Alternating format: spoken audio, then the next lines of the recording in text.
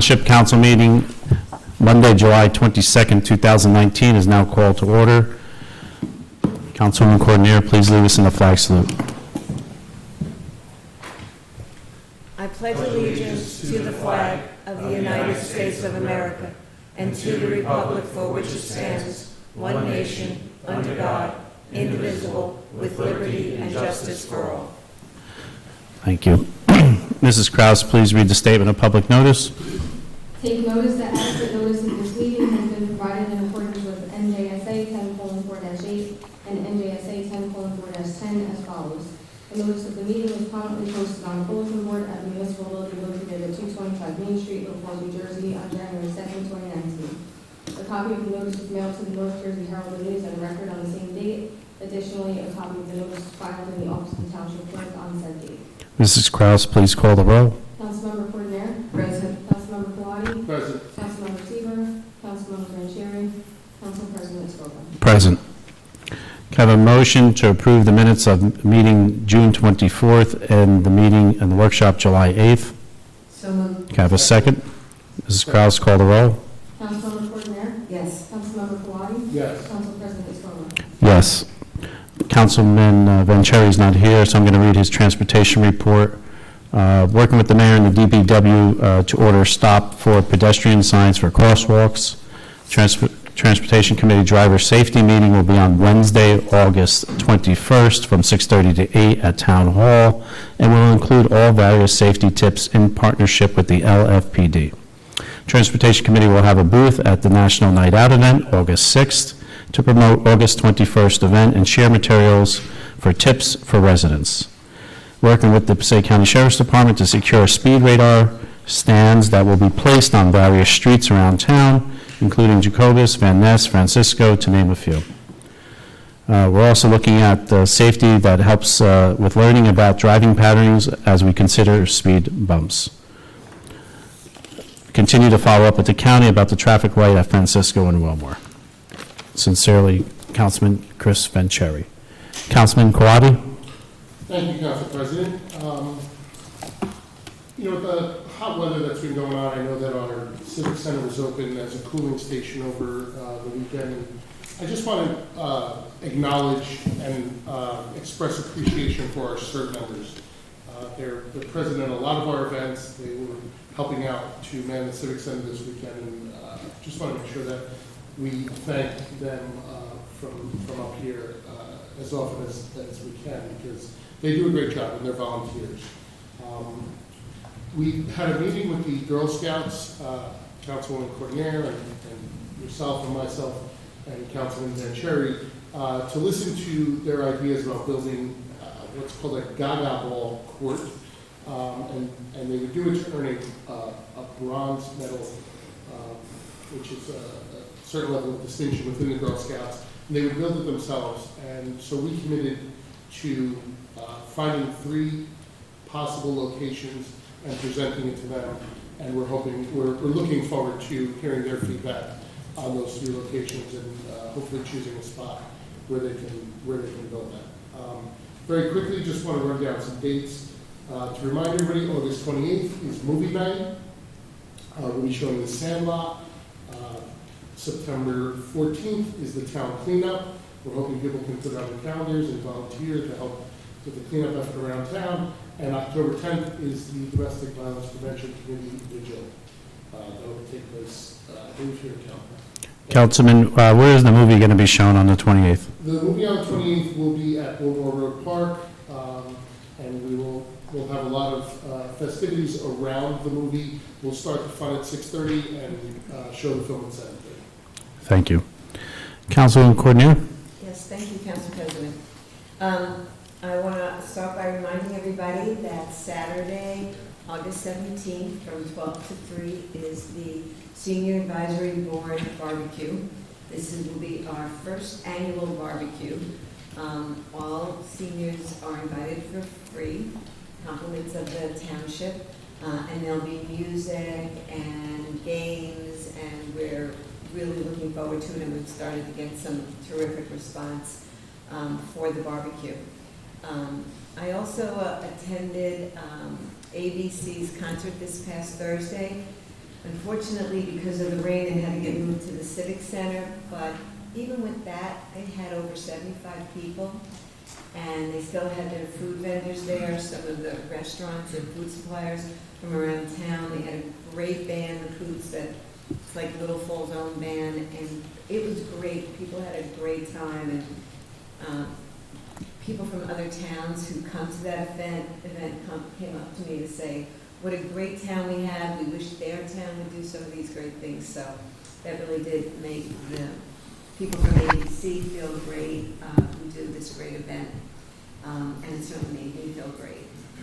And lastly, in August, I will be making an announcement about establishing our complete county count committee.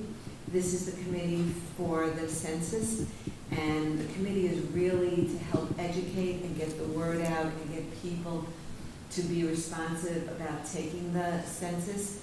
So I have a little bit more information at the next meeting. It'll be a specific number of people. There will be specific jobs that we will need to do. There'll be service people from the community on the committee, but it's very, very important because the money that our town gets, our county gets, our state gets, depends on getting a complete count for the census. And in 2010, New Jersey and Passaic County were very undercounted. So this is, especially for education, this is really, really important. So I will follow up at the next meeting. Thank you, Councilwoman Coordinator. At this time, Mayor James Damiano, and in your report, Mayor, if you could give us an update on the road construction and Duval Park. Thank you, Council President. First, I'll start with the roads. As far as the roads go, PSE&G will be completing its second phase or second round of road resurfacing up in the Great Notch area of town. They are targeting the last week of July into the beginning week or two of August for all of the milling and paving of the remaining roads in that area. There's one small exception. Ethel and Jean Drive are being delayed a little bit until some of the electrical improvements are concluded at the end of I guess it's going to be the Jean Drive up there, where the substation is, because PSE&G intends on having a number of trucks up in that area over the next month or so. We don't want to repave the road to only have trucks tear up within the next month. So we're delaying that just for a short period of time, and that will be concluded sometime after the substation, the electrical substation work is concluded. As far as the work on Main Street, the improvement to the water main and that major upgrade, as people can see, the work has basically made its way up to and around the area of the Quick Check parking lot. It started on Main Street near Patterson Ave. It has over the past several weeks, or really about the past month, made its way to the Quick Check area and is, I guess they're about halfway done. The second half of the work will continue to make its way all the way up to Lower Notch Road. They're increasing the water main from a 6-inch main to a 16-inch main, which is a substantial amount of water that will be carried through that pipe. Part of the issues that we found was that at the fire hydrants, the water pressure was lower as it reached the end of the line because it was so restricted, there was so much use throughout the municipality. So there should be a major improvement to our water pressure. It should also help with some of our insurance ratings because we can ensure that we have the necessary water pressure at the end of this line. So that work is still underway, hoping that it is concluded by the end of August, I believe is what the contractor is targeting. Is that correct, Phil? Yeah. And as long as we don't have too many rainy nights like this, the work has been, for the most part, seemingly on schedule. So that is the road work. There is a third portion of the road work that's going to be making its way into Little Falls soon, and that is the electrical upgrade that is going to be making its way from the Dover substation down Patterson Ave in Little Falls to Maple, to Main Street, to Wilmore, to Second Ave, all the way down to where it's in Cedar Grove there, East Lindsay, until it hits the intersection of Francisco and Cedar Grove Road, where it will make its way down Cedar Grove Road to the substation there. That is work that again is being handled by PSE&G. the only group they will actually be able to close. They've done some work on Patterson Ave, as many people know. They've installed the big boxes where they're going to be pulling the wires through before they lay the conduit. But that work. Wednesday, they will be starting on Wilmore Road with the next box. Okay, so some additional work on Wilmore Road on Wednesday, and then once the box work is installed, they will begin the actual tearing of the road down Patterson Ave. During that work, we anticipate that the road will be open and there will be alternating traffic. Chief, is that correct at this time? Because as we understand that we're still in some of the planning phase here, but we believe that the road will be open with alternating traffic. So there will be some minor delays, hopefully not entire detours, unless necessary for specific parts of the project. But that is the road work update throughout town. As far as the rec center goes, Council President, there's a lot of work and a lot of activities that are going to be happening at the rec center over the next several months and a year for that matter. Currently, there is some construction occurring there. They are replacing the dugouts, the backstops, the fencing. They're adding some warm-up pitching bullpens as well as some batting cages to the rec center right now. That work is, again, substantially underway. A lot of the demo work has been concluded. Soon we're going to get into the reconstruction phase and the installation of the new material there. That will be a major improvement. That was actually funded primarily by grant funds from the county and open space dollars that were acquired from several years ago. So that work is underway. There are also, and I know it's briefly touched upon this last meeting, the fans have been installed at the rec center, which are helping to keep our summer campers much cooler. Last year, the air in the rec center was completely stagnant, especially on these rainy days when our campers were inside. We've now installed 2 very large fans in there that move a tremendous amount of air. It's not much necessarily cooler, but the moving air makes it feel as though it is much cooler in there, and it's been a very big improvement in the rec center. There is currently work underway and some of the engineering portions to determine the electrical upgrade that may be necessary to install air conditioning in our rec center, which is another major improvement that will be underway in the very near future. And as far as other improvements that are happening at the rec center, we have a pickleball court that will be installed near where the existing tennis courts are at our rec center now. There's going to be 2 pickleball courts installed as well as a big storage shed installed for all of our sports and all of their belongings that they have for those sports there. So that will be underway in the near future. That's also in some final engineering phases now. As far as our summer camp, we had nearly 200 kids this year in our summer camp program. And last week, there was a program run called Camp Kindness. And Camp Kindness was about bringing in foods and non-perishables for those who are more needy in the community and restocking some of our local food banks and food pantries.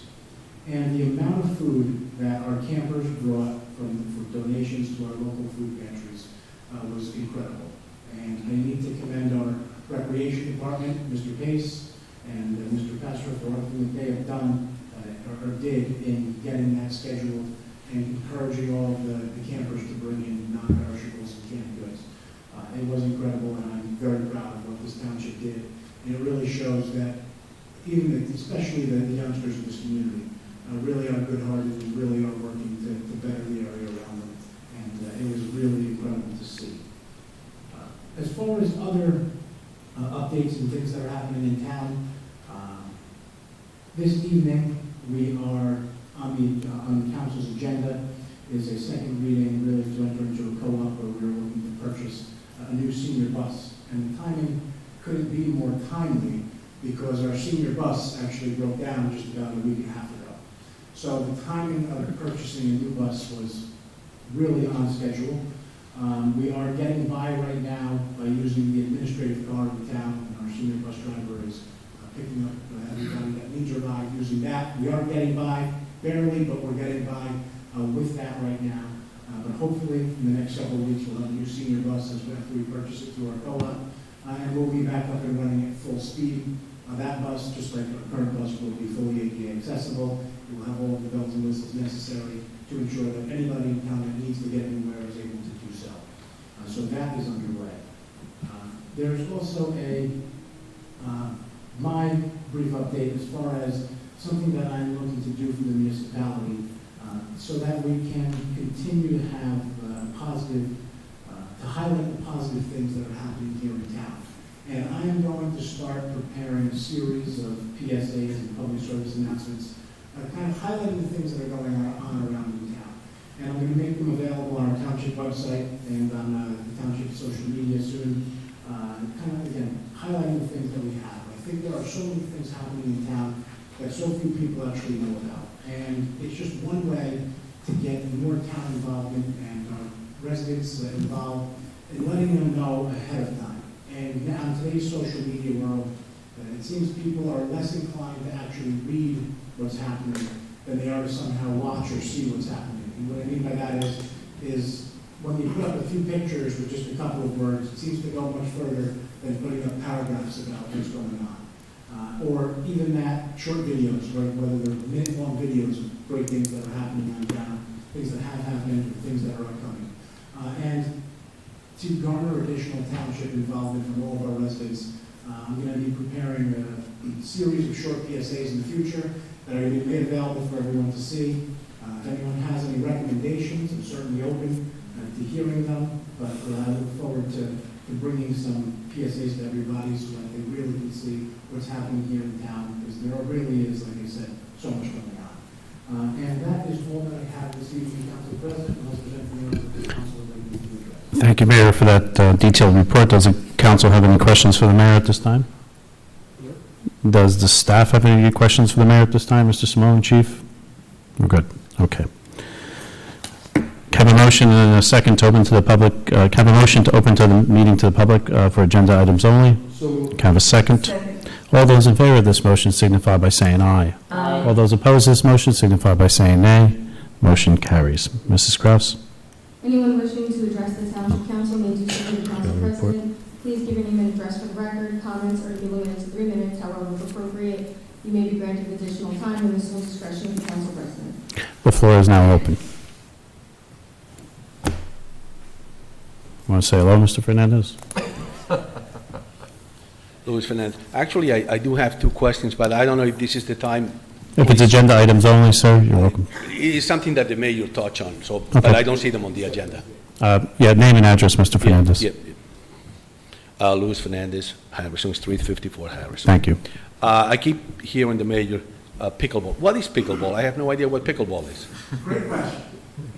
Pickleball is I guess the easier way to put it is a slower version of tennis. It's actually made for residents who are, it's targeted. That have at arthritis, older- maybe? An older demographic. And it doesn't require as much impact and as much fast movement as tennis men. We've actually been running it started as an informational type of pickleball, come see what it is, down at the rec center. It was actually running up until the summer camp started, and we'll resume when summer camp ends a couple of days. So it's a slower version of tennis? Slower version of tennis. Enrollment is, I think, incredibly high. In just a couple of weeks that we've been talking about pickleball and hosting it down at the rec center. On the last day that we held our mini pickleball get-together, there were actually 16 residents with, according to the staff down at the recreation department, that if we took an average of their age, you had to be about 70 years old. Wow. And there were 16 individuals. You can play singles or doubles, just like tennis. They, because of their 16 people, play doubles. We had 2 pickleball courts set up inside. This is just with tape and small nets. Right. But there were essentially 16 people. We could only play 8 at a time because there were 2 sets of doubles going on at the same time. And the groups just constantly kept rotating in one after another and are apparently having an extremely good time. Okay. Once that picks up again, I plan on stopping by to check it out for myself. I read the rules of pickleball. I'm still extremely confused, so I think I need to actually get to witness it for myself. But there is a lot of steam and a lot of local communities who have actually been putting in these pickleball courts or have been discussing it. We were certainly one of the first to discuss it. I've seen some others now starting to pick up some steam with it. But it looks like it's a sport of the future, maybe in the Olympics someday. We'll see. Okay.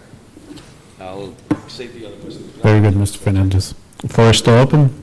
Seeing no one else come forward, can I have a motion to close the public comment? So moved. Can I have a second? Second. All those in favor of this motion signify by saying aye. Aye. All those opposed to the motion signify by saying nay. This motion carries. I just want to circle back. Mr. Wenzel, do you have anything for the governing body tonight?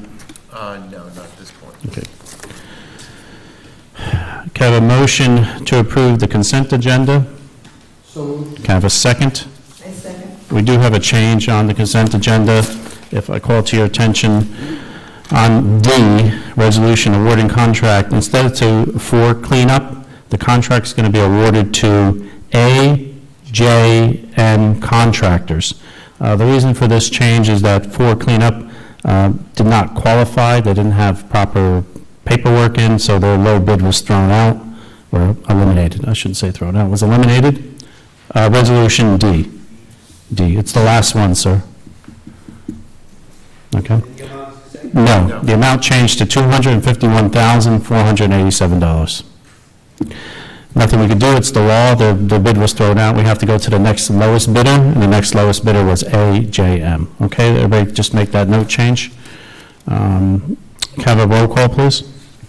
Councilmember Coordinator? Yes. Councilmember Kwati? Yes. Council President Biscotti? Yes. Mrs. Kraus, please read ordinance 1363. Second reading and public hearing of ordinance number 1363, an ordinance entitled Ordinance of the Township Council of the Township of Little Falls and the County of Passaic, State of New Jersey, amending the Township Code, Chapter 136, noise.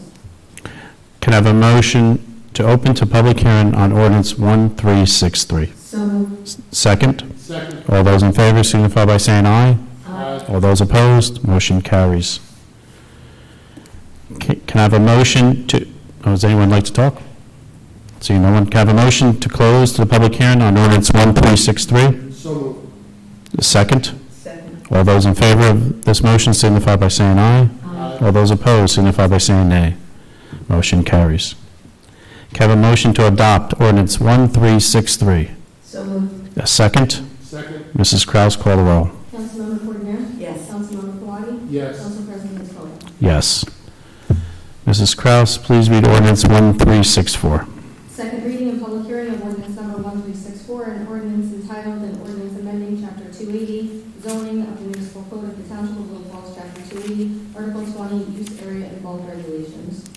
Can I have a motion to open to the public hearing on ordinance 1364? So moved. Can I have a second? Second. All those in favor of this motion signify by saying aye. Aye. All those opposed to this motion signify by saying nay. Motion carries. Can I have a motion to close to the public hearing on ordinance 1364? So moved. Can I have a second? Second. All those in favor of this motion signify by saying aye. Aye. All those opposed signify by saying nay. Motion carries. Can I have a motion to adopt ordinance 1364? So moved. Can I have a second? I second. Mrs. Kraus, call the roll. Councilmember Coordinator? Yes. Councilmember Kwati? Yes. Council President Biscotti? Yes. Mrs. Kraus, please read ordinance 1365. Second reading and public hearing of ordinance number 1365, an ordinance entitled, an ordinance amending Chapter 231, swimming pools of the municipal code of the Township of Little Falls. May I have a motion, can I please have a motion to open to public hearing on ordinance 1365? So moved. Can I have a second? Second. All those in favor of this motion signify by saying aye. Aye. All those opposed to this motion signify by saying nay. Motion carries. Where are we on, open to, motion to close. Can I have a motion to close to the public hearing on ordinance 1365? So moved. Can I have a second? Second. All those in favor signify by saying aye. Aye. All those opposed, motion carries. Can I have a motion to adopt ordinance 1365? So moved. Second? Second. Mrs. Kraus, call the roll. Councilmember Coordinator? Yes. Councilmember Kwati? Yes. Council President Biscotti? Yes. Mrs. Kraus, read ordinance 1366. Second reading and public hearing of ordinance number 1366, an ordinance entitled, Ordinance of the Township Council of the Township of Little Falls in the County of Passaic, State of New Jersey, amending the Township Code, Chapter 147, peace and good order. Can I have a motion to open to public hearing on ordinance 1366? So moved. Can I have a second? Second. All those in favor of this motion signify by saying aye. Aye. All those opposed signify by saying nay. Motion carries. Can I have a motion to close to the public hearing on ordinance 1366? So moved. Second. Second. All those in favor signify by saying aye. Aye. All those opposed signify by saying nay. Motion carries. Can I have a motion to adopt ordinance 1366? So moved. Second. I second. Mrs. Kraus, call the roll. Councilmember Coordinator? Yes. Councilmember Kawadi? Yes. Council President Scoba. Yes. Mrs. Kraus, read ordinance 1367. Second reading and public hearing of ordinance number 1367, an ordinance entitled Ordinance of the Township Council of the Township of Little Falls in the County of Passaic, State of New Jersey, amending the Township Code, Chapter 7, Traffic. Thank you. Can I have a motion to open the public hearing on ordinance 1367? So moved. Second. Second. All those in favor signify by saying aye. Aye. All those opposed signify by saying nay. Motion carries. Can I have a motion to close the public hearing on ordinance 1367? So moved. Can I have a second? I second. All those in favor of this motion signify by saying aye. Aye. All those opposed to this motion signify by saying nay. Motion carries. Can I have a motion to adopt ordinance 1367? So moved. Can I have a second? Second. Mrs. Kraus, please call the roll. Councilmember Coordinator? Yes. Councilmember Kawadi? Yes. Council President Scoba. Yes. Mrs. Kraus, please read ordinance 1368. Second reading and public hearing of ordinance number 1368, an ordinance entitled, an ordinance of the Township of Little Falls in the County of Passaic, State of New Jersey, amending Chapter 20 of the Code entitled Filmmaking. Can I have a motion to open to public hearing on 1368? So moved. Can I have a second, please? Second. All those in favor of that motion signify by saying aye. Aye. All those opposed signify by saying nay. Motion carries. Can I have a motion, to close the public hearing on ordinance 1368? So moved. Can I have a second? Second. All those in favor signify by saying aye. Aye. All those opposed signify by saying nay. Motion carries.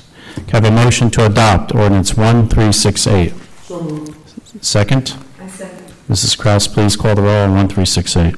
Councilmember Coordinator? Yes. Councilmember Kawadi? Yes. Council President Scoba. Yes. Can I have a motion to open to public comment for general matters only?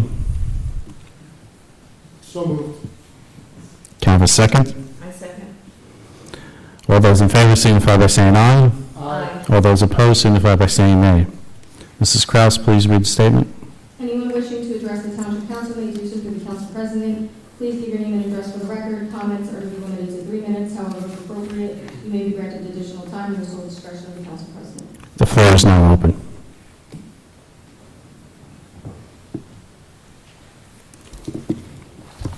Luis Fernandez, 54 Harrison Street. Good evening. Good evening.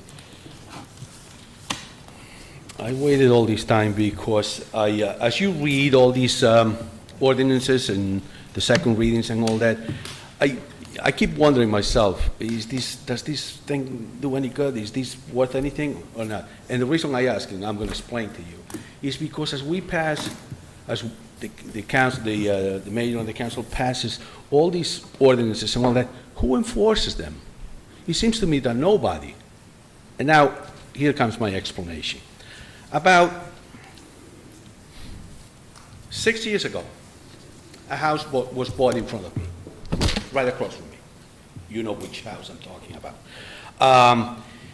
I brought it up to the previous administration that there was something illegal going on there, and they sent the building inspector, and they found things that they were not normal, no permits were taken, and things like that. Well, the administration leaves, the new administration takes over. I started emailing the mayor about 2.5 years. In fact, my first email was May 30th, 2017, January 30th, 2017, where I expressed my concerns about an illegal apartment in the attic. Since then, I've been in contact with the building inspector, all these inspectors. Yeah, we're going to do this. Nothing has ever been done. It's been 6 years. So, yeah, we can pass all these resolutions, and everybody must apply for a permit. But what good is it? 6.5 years later, we're still in the nowhere.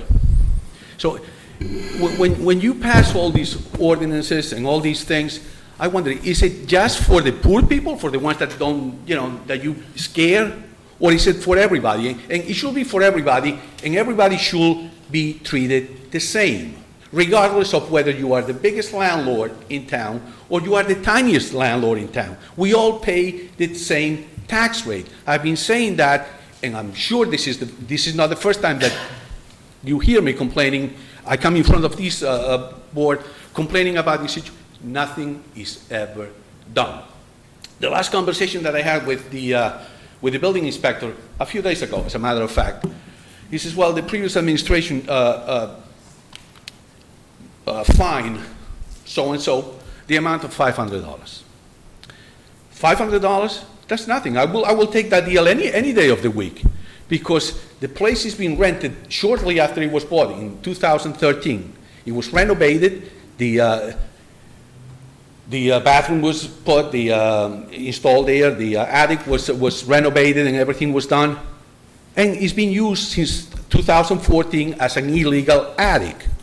All that money that the town has been missing as well, because it's an improvement that is not being declared, as well as the permits. And who inspected anything? Nobody did. So it seems to me that, the enforcement goes by the wayside. As long as you are somebody in town, you look the other way, and the proof is that 6.5 years, nothing has ever been done. Shouldn't we all be treated the same, with the same respect and the same courtesy and the same, the same law? Mr. Fernandez, you're right. So we come here, we pass a lot of laws, and who enforces them? So certain departments are where these laws fall into place. If it's the bulk regulations concerning sheds, falls to the building department, et cetera. And these laws that we pass are for everyone. They're not just for people who, you're alluding to the fact that certain people don't have to, it sounds like you're alluding to the fact that certain people who have owned properties don't have to abide by these laws that we pass in this chamber, and that's incorrect. We all have to follow through the laws. If you're alluding to the fact that there's this building across the street from you is an illegal three-family. We've heard you come to this chamber numerous times and talk about that. I think Mr. Wenzel has looked into this matter, am I correct? Yes, I mean, I can address it. I don't know if Mr. Puccio wants to address it. I believe at this point in time, the case is currently before the municipal court. And they have until Wednesday to comply. Okay, so there is action being taken place. Now, let me just finish. So when things are reported, I mean, that if a resident feels that a two-family is an illegal three-family and that's reported, we have to do our due diligence to find out if that's true. Yeah, but it shouldn't take 6.5 Let me just finish. years. Yeah, okay, it shouldn't. That seems an awful long time. Does seem, and I concur with that. But we have to be careful. We can't go charging into a place saying, hey, we've heard that's an illegal three-family, when in a sense maybe it's not. And I'll tell you why maybe it's not, because if a same family is living on those 2 floors, no, that's not an illegal three-family. So we have to be careful of what people see and what the actuality is. Right. But we stand by this. If it's an illegal dwelling, it's an illegal dwelling. And no matter if you own one house, if you own 10,000 houses, you must follow the laws of this township. And we'll enforce them. It should be as simple as that, Yes. Mr. Escobar. Yes. But The Councilman Scoba. I'm sorry, That's okay. Council President Escobar. That's okay. It should be as simple as that. But Yes. obviously, it's not, because this particular individual has other properties in town. And one day that I had my, I wasn't in a good mood, let's put it that way. I came to City Hall, and I went and take a look at whether he has taken permits for some of the air conditioning that he installs in houses, central air, which you need a permit, and no. So it seems to me that this individual does whatever he pleases, when he pleases, and nobody says anything. And I mean, an AC unit is out there in public, you can see it, but everybody looks the other way. Am I the only one that when I look at a house, see things or not? Am I the only one that I see at 3 o'clock in the morning somebody standing on the attic of a window, on the window of an attic at 3 o'clock in the morning? Don't tell me that you're visiting or playing chess. Yes, Mr. Fernandez, I know, and we spoke about this, but that doesn't constitute that it's an illegal three-family unless we're able Day to after prove day it. after day? Well, it could be the same family living on the second floor that they're living up there. Not, I'm not saying that's the case in this particular dwelling. Yes. And you heard that there is a court appointment to all right, ratify. and Okay, if I- now getting into your other question, since you raised it, because you're insinuating again that certain landowners have professional Preferential treatment. treatment or courtesies. If you feel there's any injustice of any apartments or something going on that's not appropriate, report it. Report it to the Mr. Crucio's office, and it'll be followed through. But I don't want to, if I report something, thank God you're not in the healthcare business, because we'll be dead by then if everybody waits 6.5 years. But it seems to me that when you report something, some action should be starting. It shouldn't be taking 6 years to start. Well, we are going to have a hearing 6.5 years after the fact. I think it's a little bit too long. We addressed, Mr. Fernandez, I agree with that point that you made. If you are indeed correct that this was an illegal dwelling, yes, 6.5 years is an awful long To be time honest with to you, rectify. 6.5 years, I plan to retire, Right. and hopefully, I won't be here. But We look forward to seeing you here, sir. Don't laugh so hard. We look forward to seeing you here. Thank you for your time this evening. The floor is still open.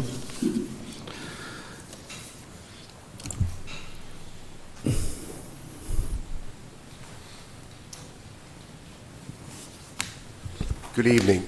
Andrew Baggett, 78 Franklin Road, Denver, New Jersey. Good evening, sir. My interest is 105 and 107 Main Street in our town center. I would just like to thank the mayor and the council for getting the public comment portions of the minutes from 2018 back online. I'm just concerned how something like that happens anyway. Could you explain that to me, how that was omitted?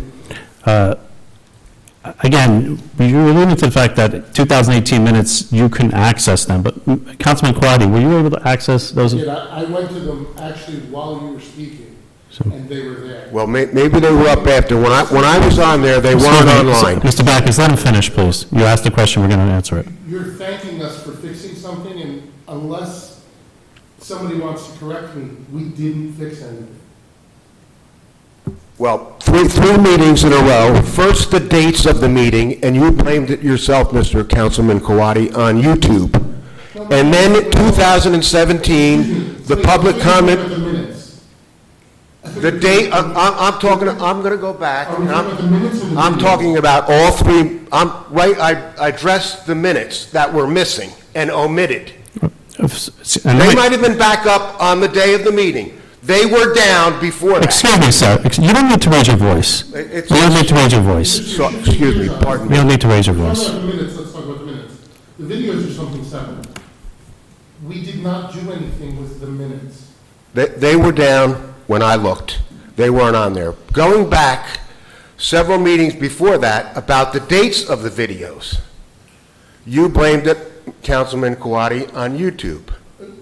What I So said, there's three things. What I Then said- the meeting after that, I addressed the fact that the 2017 meetings weren't on the list. And then last week, 2 weeks ago, I brought up the fact they weren't on there. And don't tell me it was my computer. We can move forward. We can move forward. I don't see any transparency, that's what I'm saying. So if we address the minutes now, and not the video, but if we would go back to the minutes, you recognize that the minutes, The We- minutes were let me there, finish. the public comment portions of the minutes were omitted. okay, You even mentioned that nothing was erased or omitted. right. So I'm Well, when wondering you're how saying- that happened. Yeah, but sir, when you're saying omitted, it's your interpretation of what was not there. You're saying that's the interpretation. They weren't there when I Right. looked for them. Well, They that's not weren't the- there. So it's three videos that I see that are people screwing around with them, trying to hide something. And I don't see any Okay, transparency. so at this point, this governing body doesn't hide anything else, hide anything. Do you have anything else to bring forward? Yes, I do. Go ahead. I do. Several meetings back, you had brought up your parking plan with the town. You brought an easel in here with all your parking thing. And I'm wondering how we're making out with Mr. Setstone's property, purchasing of the property. And could you also tell me how many spots are in that property? I don't know. Mayor, would you like to address if there's any dialogue between between the governing body and Mr. Sestone? No. I have, well, no, so no, I have nothing to add at this point. It was explained thoroughly at the prior meeting. Nothing has changed since then. I had no additional conversation since then regarding that topic. And I don't recall off the top of my head the number of spots that were in that particular portion. How are we, thank you for that, how are we making out with proceeding with the talks with PNC and their lot, purchasing of their lot? Have we got Council any Hunter? further? Right, so we're in the process of setting up a meeting. I've had some discussions with PNC's attorneys, very preliminarily. Obviously, they are I think I said this last time, it's a national corporation, so they're trying to find the quote-unquote right people on their end that they want to bring to that meeting. Probably, we're going to be setting up a meeting probably sometime in August, I would hope. I know the mayor and council want to get moving on this, so trying to get them to meet with us and try to begin the process of that discussion. So that's where we're at. Thank you. I just have one concern about that lot is that you didn't allow one spot for a PNC customer in there, in your plan. So I see several major discrepancies in that plan of yours, so. How are we making out with the payment in lieu of parking? It was just issue? decided this evening, sir. That was the traffic issue? Right, yes. So that'll be for Mr. Vettery to buy $5,000 a spot? That's not for Mr. Vettery to buy anything. That's an ordinance that we passed, that if the planning board sees fit to use, they will. So they don't actually purchase a spot, a physical piece of land that's their parking spot, right? It's just, they don't have enough spots to build a building their size, so they're going to pay the town, and the town is going to use that money to purchase the properties on Stanley or whatever, is that? Right, if the planning board sees fit that a building is short one space and they want to enact this payment in lieu of parking, then they have the right to do that. Is there a limit on the number of spots that we're going to do? And let's just say Mr. Vettery on Patterson Avenue doesn't have enough spots back there, and he needs to purchase some additional spots to get more apartments in there. Where are those people going to park? That would be up for the planning board to decide, and we would make sure that those spots would also be available in town. Mayor, would you want to comment on that? That if we were to have a few spots that were payment in lieu of parking, those spots would be placed in town. Sure, so Right. I guess I've had no plans presented to me on what development may go into our downtown area. And so I can't specifically say that based upon anything I've seen, this is what's going to happen. I don't have that available. What I can say is that I would hope that if a developer is making an application before the planning board, that the residential tenants would have adequate parking within a development for the most part. Provide an on-site lighting development. The way that I envisioned, and I've seen in other municipalities, these pilots work, is that there's oftentimes commercial space where there's a lot of shared parking.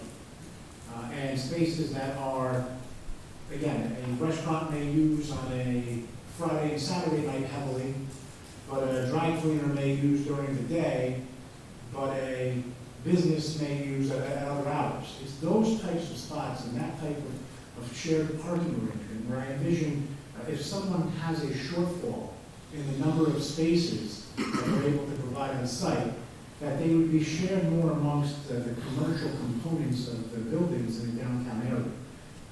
This ordinance does not apply just to the area of town in close proximity to Main Street and Patterson Ave and Maple and there. This ordinance applies townwide. So if in the future there is municipal parking or a lack thereof along the Route 23 corridor in Glens Falls, and there's improvements being made in that area. This ordinance applies. If a developer cannot supply enough on-site parking, the developer may be required to make a payment in lieu of parking. This is something that, again, is up to the planning board to ultimately enact. The council has passed it so that there is a possibility of payment in lieu of parking existing. If the developer has a shortfall in the required number of parking spaces, the purpose of this is to make a payment to the town so that the municipality can then assist in providing municipal parking in that area. Now, this typically, again, conceptually to me, doesn't make sense in an R1A zone, a completely residential zone where there's only single-family homes permitted, or an R1B zone where there's a residential zone, again, only single-family homes permitted. There is no need, and there should never become a point where a pilot would even become a thing. This is primarily in areas of town where there is municipal parking or could be municipal parking, and where there's a shared component to those spaces. Because like, to answer your first question, is a particular spot sold to a developer? To answer that question, the answer is no. A developer does not receive with a sign in front of it these 20 spaces because they paid $5,000 per 20 spaces. There's no sign there that says reserved for, number 1 Main Street, that building, whatever the address may be. That is, again, to the shared parking concept of those 20 spaces that they may have been short. In fact, they may not have even needed all 20 spaces at any given time. Even at peak hours, all 20 spaces may never be filled. Or all 20 spaces may be filled, but there's, again, different businesses using all of them. So, again, I hope that helps answer the question of the purpose of a pilot. And it's because so often we see applications, particularly in downtowns or areas of town where there's a big commercial component to buildings, where developers just come in seeking variances. And oftentimes, municipalities and cities grant variances because one of the things to consider, and it's in, I believe, the state statutes, that if there is public or municipal parking within close proximity to an applicant's site, a planning board should consider that as a factor in determining whether or not to grant a variance. What we've decided in passing this pilot ordinance is that, yeah, we could and should still consider that, as the township and many townships and cities always have. But if they want that variance and they're unable to provide the on-site parking, now there is at least a remedy for the municipality to receive some payment for the variance that's being given. Well, again, whether it's here, whether it's Route 23, whether it's further down Main Street, again, the zoning has a lot to do with it. Conceptually, to me, this isn't going to happen in a residential zone. But I hope that what I've answered or what I've explained makes some sense. Again, I'm happy to clarify, but that's how I have conceived this. Does the council have any questions or comments regarding what was discussed? I'd like to, Councilman Quaddy, go ahead, Al. Mr. Baggy, you own, you're a landlord for businesses in the Main Street area, correct? Yes. Do you provide off-street parking for those businesses? No, I don't have any on-site parking. So that you are a party to a shared parking situation. Do you understand that? Your customers, not your customers. We use but your tenants' municipal customers, parking. They use municipal lots. It's the same thing. But the town is not going to have enough parking because this is all about Patterson Avenue and John Vettery. And John Vettery owns... I'm sorry, sir. Pencil Works. Sir, this discussion stops. This is not what this is about. Do you have any other questions? I'm a little concerned about the parking situation in the future because all above Pencil Works, Venus Creation, Alice the Tailor, and the barber shop, that's going to eventually all have another floor on it with the transit village status that it could be on. And I'm just looking down the road to the future of where all this parking is going to be available. to people. I mean, Right, so let me go It's back, overwhelming. let me just go back. Mr. Fernandez brought up the point that this law that we passed tonight is for the entire town. You keep alluding to the fact it's to one section, and that's not the case. Well, it's- Let me finish. This is you for the. have to be a developer, then you have to be, I know the development Right, but it's zone. for the entire town, okay? So do you have anything else you'd like to bring forward? No, thank you Okay, very much. thank you. Thank you. Council President, Yes, yes, Mayor? comment on this. If it was this council's position that we should be extremely developer-friendly, anything, we should encourage development, and we should permit them to have carte blanche, wouldn't this ordinance be exactly contradictory to what we're trying to do? This in no way affords any benefit to a developer, when in fact, it placed a $5,000 per parking space burden on a developer. If this township was looking to be so developer-friendly that we were going to grant a 100-space parking variance, we would have just not passed this ordinance. Now, that same developer seeking a 100-space parking variance is required to pay the municipality up to $500,000 for that same application. So, to say that this ordinance benefits any developer town-wide is absolutely preposterous. I went to a planning board meeting on the dancers-only studio by the railroad tracks. That's what I'm familiar with it at. The Highview Home there, I believe, I'm not sure if I On Center Ave, have sir. it correctly, and they had a traffic planner there, and he mentioned that 1.25 spots per apartment.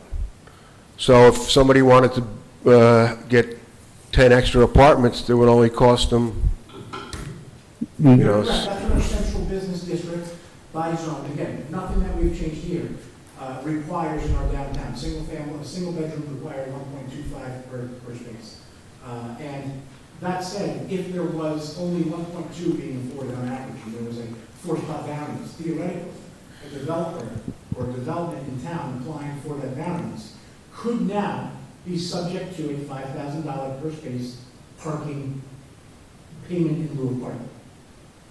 So, yeah, this ordinance was not in place some time ago. Could this have benefited the municipality in the past? Sure, I'm sure there's lots of applications that happen in this township and numerous townships on a daily basis that could receive this. But what we're doing is ensuring that future applications, at least from this point forward, acknowledge and realize that there's not, if there is a variance going to be given, that there may also be a payment in lieu of parking that's made associated with it. And again, to say that this benefits the developer is just wrong. well, you have to be a developer to be ordered to get in there. But Be a developer, I can be a developer. I'm in a redevelopment zone, correct. so, you know, but nobody else could, Mr. Fernandez couldn't buy a spot. Sure, you absolutely could. If he were to purchase a lot in the downtown and redevelop it, he's a Well, developer. then it's not for everybody. It is for everybody. If you purchase a lot and redevelop it, you're by virtue of redevelopment. But it's for taxpayers that are in a redevelopment zone. It's not for everybody. We'll end it there. I'm fine. You gave me a good explanation. If an application was brought on Route 23 right now, for example, and somebody had enough property, several hundred feet of frontage, where they wanted to develop a couple of, well, there just was an application not too long ago on the corner of Route 23 and Muller Place, near where the current subway is. That is not a redevelopment zone whatsoever. The application was for some retail above, below, I think some residential above. I don't recall off the top of my head if there was a variance associated with it, but theoretically, that gentleman could have then been subject to the payment in lieu of parking. Thank you, Mr. Mayor. Thank you, council. Thank you. Thank you. Hold on one second. Hold on. Ma'am, would you like to come up to the podium? Ma'am? Name and address, please. If you could just bring the mic down, thank you. My name is Jill Arbuckle. I live at 40 Kingwood Drive. I'm sorry, can you say your last name again? Son, Your last name again? Arbuckle. Uh, You have that, Cynthia? Arbuckle. Thank you. Thank you. I've come to ask the council to consider having Little Falls join the 19 towns and 1 county that have already passed a ban on plastic bags.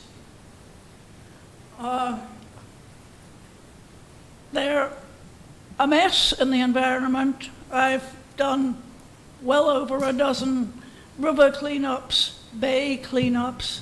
A huge part of the rubbish on the banks is plastic, and it's not going away unless you and I go out there and pick it up.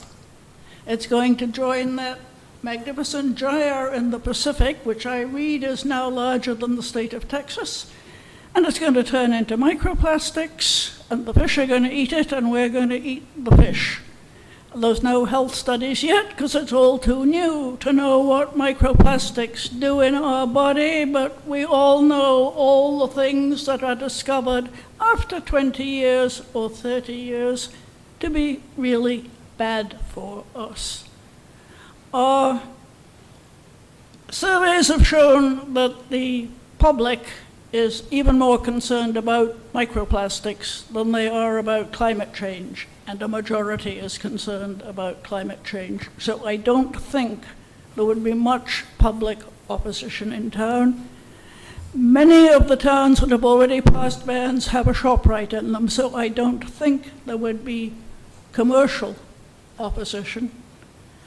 And I would really like you to consider introducing this, not a total ban starting Monday week.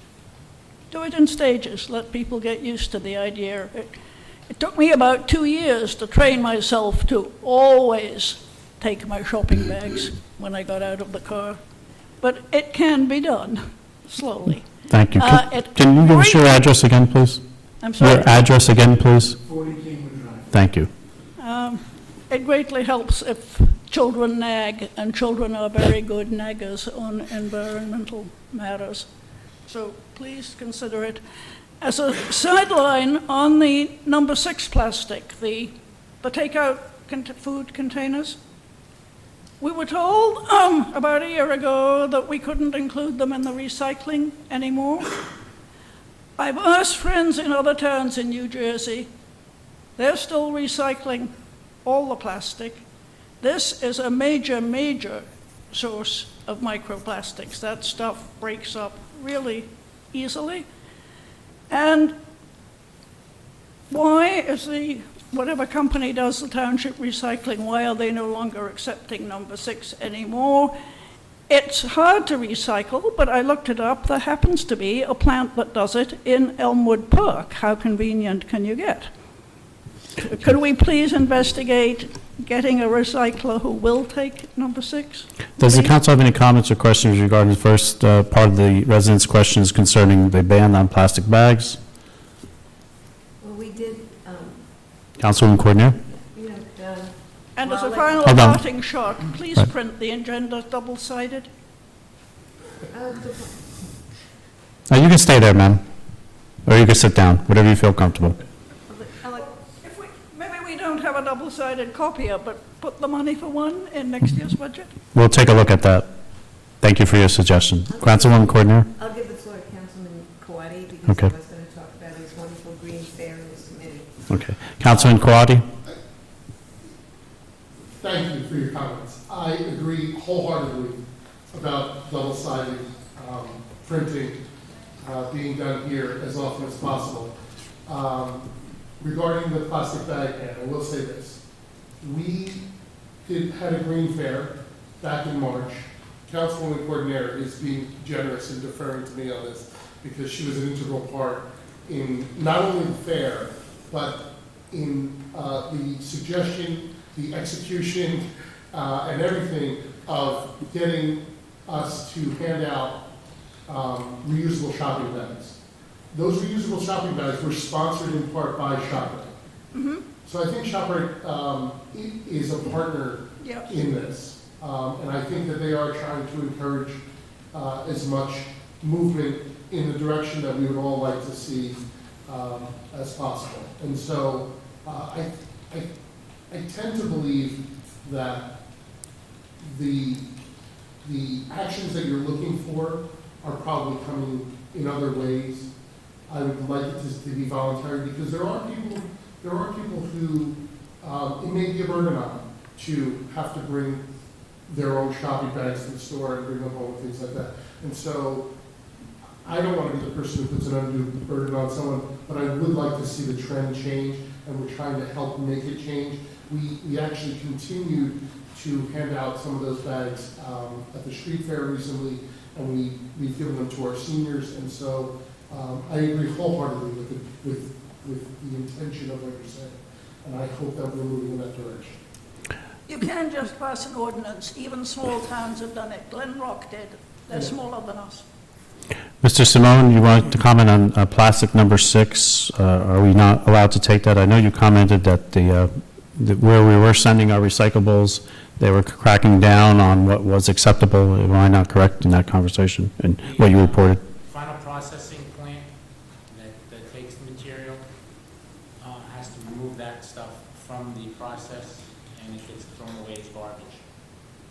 So we're trying just to comply to give them the stuff that they can recycle.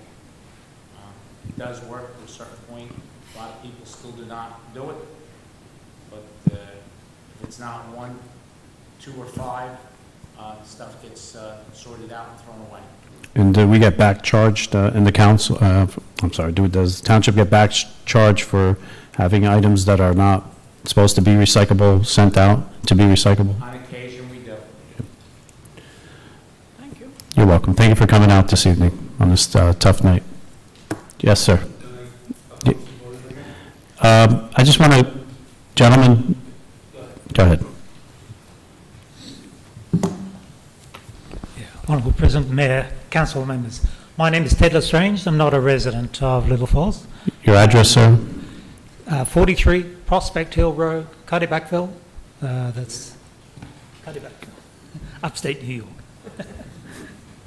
Yeah, this is way off topic. It's not good news.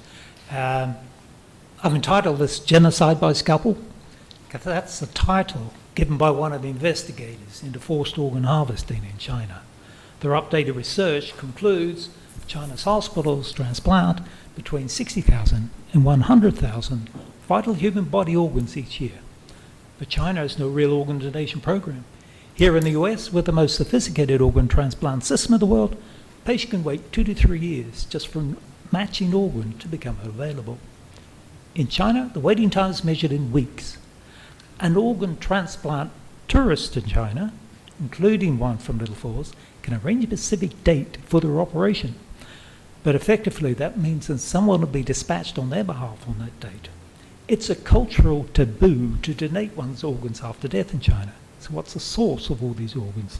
Translation of these facts equates to tens of thousands of prisoners' conscience each year being killed for their organs. Most of these prisoners of conscience are Falun Gong practitioners, but also Tibetans, Uyghurs, and House Christians. They're routinely blood tested and their organs examined while held in China's forced labor camps, detention centers, and black jails. I have a quote. On June 13th, 2016, the US House of Representatives unanimously passed Resolution 343, which in its summary section, quote, condemns the practice of state-sanctioned forced organ harvesting in China, close quote. The European Parliament has also passed similar resolutions. This has been happening for over 19 years. There's still a deathly silence on this issue, and that's why I come before you, the elected and respected representatives of the community, to echo the heavy burden of this genocide as acknowledged by the House. China has total control of its own media and way beyond that, so it comes down to word of mouth to divulge what's happening. Many dedicated researchers have gathered an enormous amount of data from current and archived hospital websites, local media reports, telephone surveys, and other evidence for the over 1,000 hospitals in China that have performed these organ transplants.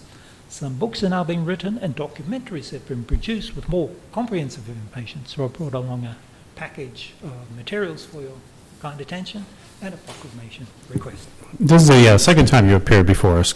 You came, I think, about a year and a half ago before this governing body, am I not mistaken? Yes. Okay. Yes. You can give those materials to Mr. Khrushchev. Does the council have any questions regarding Councilman Courtney? I don't have a question. Comments? Comments. I'm very aware. I've read many articles about it. I've seen some, horrifying programs about it. And it's really, really difficult to even think that this would go on, but it does.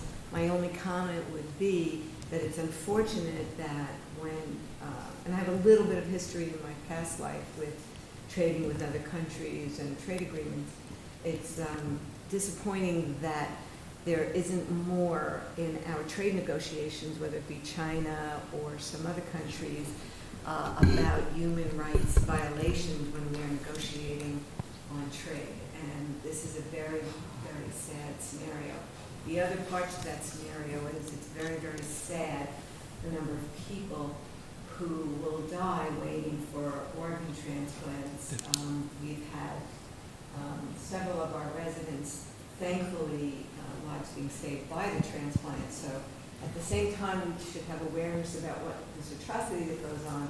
We need increased awareness for people to be voluntary organ donors to help, stop this scenario. But thank you for your devotion to this issue. Safe ride back home. Mr. Fernandez? Still at 54 Harrison Street? That's good. Just I'd be a little worried if you changed the address in the interim. Boy, would that be something, Mayor, right? Hi. One thing, I just want to comment on one thing that the mayor pointed out and ask a question. As you are aware of, about 2 months ago, I came in front of the planning board because they were going to install a business on the corner of Jackson and Patterson Avenue. And all that the fellow that was asking for the permission needed was a variance because, again, he didn't have space, he didn't have the amount of space needed for what he wanted to build. And all he did was just getting a variance from the planning board and didn't pay a penny. Is he gonna be forced to buy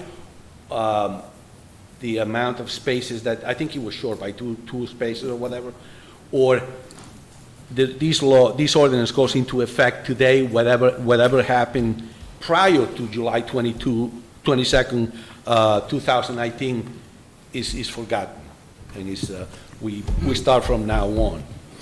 You're alluding to the fact of the building that's going to be erected on Patterson Avenue that's going to have two small retail establishments and 2 apartments above. Correct. I don't know if the parking spaces were an issue. It was an issue. It was an issue that they were short parking spaces, or the building was given a variance because of volume? You're saying that it was a parking space issue? So is he going to have to pay? No, because simply, I don't think that we're not retroacting, and this wouldn't pertain.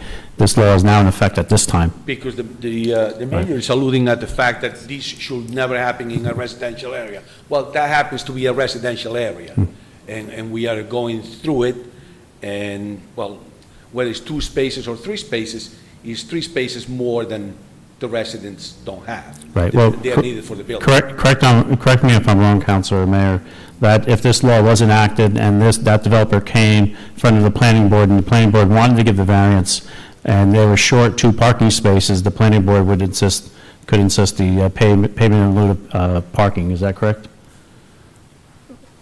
So the ordinance doesn't necessarily, it could apply townwide. It doesn't necessarily have to. So You told me it wasn't. It is. Mr. Cesaro, please don't, from the audience. You could come up if you wanted to, but Just we don't.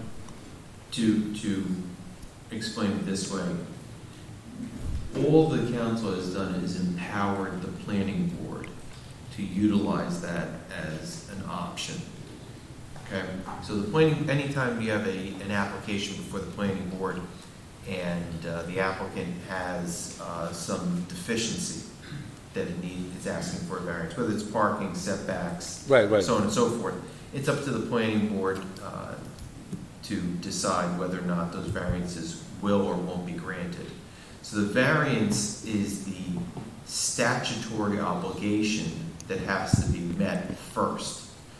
It's my understanding, and I'm sure the mayor will correct me as he normally does if I'm wrong, but the payment in lieu of parking doesn't change the fact that variance still has to be granted.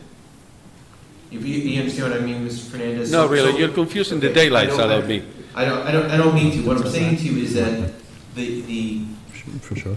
I want to be clear that the payment in lieu of parking doesn't remove the obligation by the applicant to establish why they are below the number of parking spaces. Okay? So they're not being, no requirement is being waived in that set of circumstances. Now we go to the next issue. If that variance is presented and the planning board believes that it's an appropriate variance to grant, this then gives them the option to include in the resolution of approval a requirement of a payment towards those spaces that the variance was given for. But since nothing happened, the planning board didn't request any payment in lieu of parking spaces, does that mean that he's scot-free? So well, I wouldn't say scot-free, but the He's not gonna pay anything. Ordinances can only be, I think your point is, if I can address it this way, ordinances can only be applied prospectively. Okay. So every application that's come before the planning board It's passed. up till the date of this enactment had to ask for variances and apply through those means and get whatever they got. There is no current a current application pending may be subject to this, but that's for the planning board attorney to make that call. Mr. Fernandez, just, there was only one parking space. We checked the record. One parking space, I yes. thought it was more for some No, reason. just one, sir. Okay. You say so. Thank you. Mr. Mayor, you have anything you'd like to say this evening? Yes, sir. Andrew Baggett, 78 Franklin Road. So it seems to be that that parking ordinance is townwide. Is that correct then? I mean, because I heard it isn't, and then I heard it is, it's, you know. I will read the sentence from the ordinance for you. The mayor and council reserves the right to supplement this ordinance when it is deemed other areas of the township are in need of off-street parking. Thank you. That's the ordinance. Thank you. See no one else come forward, can I have a motion? Councilman Kawadi, that's okay. We should just clarify, this ordinance is not something that says, if you are short and asking for a variance, you will get your variance for $5,000 per spot. That is not what we just passed tonight. We should make that clear to everyone. It is a tool in the planning board's toolbox in certain situations where it's applicable to apply this payment in lieu of parking. But it is not something that says that anybody who comes to a variance where they have 9 parking spots and they need 10 are going to get their variance if they pay $5,000 to the township. That is not what this ordinance does. You could approach the podium. Then where does it go? Who's going to make the decision on that then? Planning board. Planning board? Thank you. You're welcome. Okay, see no one else come forward, can I have a motion to close the public? So moved. Can I have a second? Second. All those in favor of this motion signify by saying aye. Aye. All those opposed signify by saying nay. This motion passes. Can I have a motion to adjourn this meeting? So moved. Callis? Yes, so moved. Okay, Mr. Councilman Claudio, okay? A little short here. Yeah. Can I have a second on that motion, please? I second. All those in favor of adjourning this meeting signify by saying aye. All those opposed signify by saying nay. This meeting is now closed.